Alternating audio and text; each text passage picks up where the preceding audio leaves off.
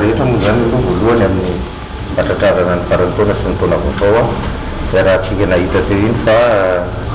ny polisy dia miezaka manantona ny vahoaka ary miezaka ihany koa miassurer ny sécurité publique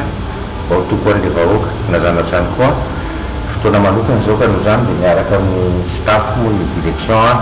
nanao jery an'ireny élément sur terrain reny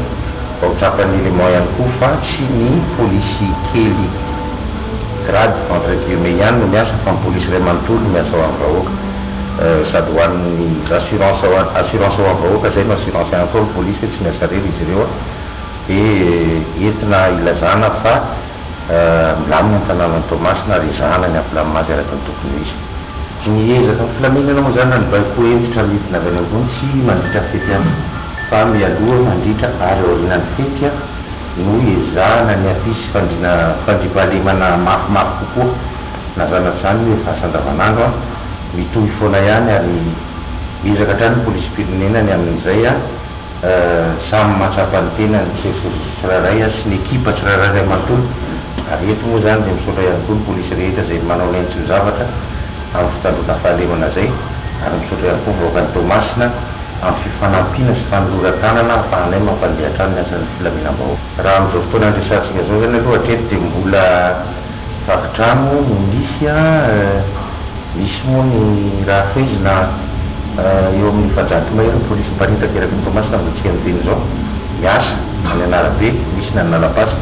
tsy ho voasakana ny vakitrano na zanaty zany ary efa mba nisy ihany ny teny natao hoe oka samy ezaka andray fepetra ihany koa satria na dia misy ny polisy sy ny gendarme sy ny miaramila sy ny agence de sécurité civile ny arom-pasopokon'olona dia mba tokony misy fepetra ihany raisiny tsirairay ny alalan'ny fitandremana sy voasakana ny fandotakely misy ny tratra misy ny tsy tratra olo tratrana ihany anisan'ny miavaka.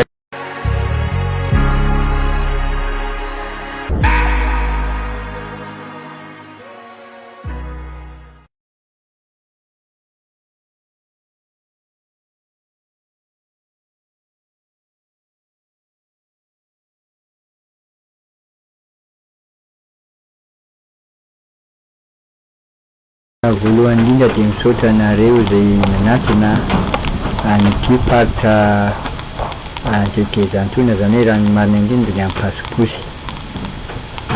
Maro ny faritra tanatiny tetezan-toina ao ny Andranomena avaratra, Andranomena asimo ary ny pasiposy ny Antanambomasara ary maro ihany koa ny rivodoza izay efa nandalo tamin'ity faritra teto satria nipetrahany teto moa tamin'ity faritra ity zany dia hatramin'ny taona 2000 fa tamin'ity ava ty dia tena nahery ny taketra napetraky ava zany hoe raha digna severina ny trano rava raha misy trano eo tokony eo amin'ny 500 eo ny